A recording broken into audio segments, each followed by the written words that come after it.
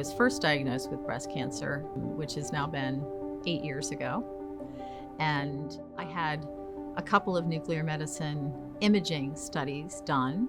I was subsequently diagnosed a second time with breast cancer, and I had even more nuclear medicine interventions as part of my treatment of my breast cancer.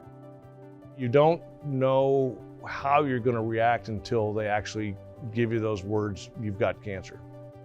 And then you don't remember the rest of the day. Your brain races and starts thinking about, am I prepared? Do I have my family prepared?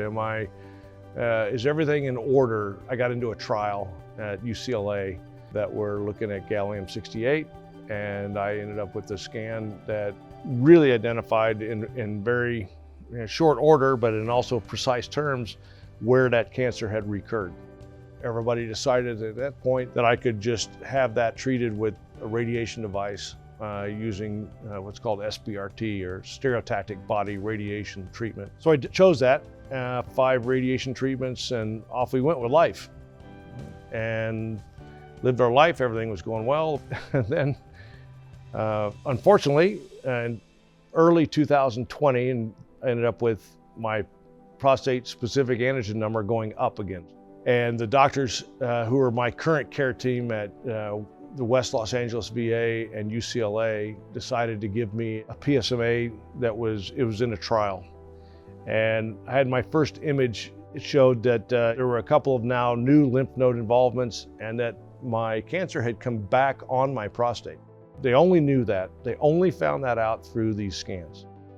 I think after you get over that initial shock, your biggest concern is, how will I be treated? And am I going to survive this? And so the more information you have and the more information your doctors have, I think your confidence level goes up and your stress level goes down.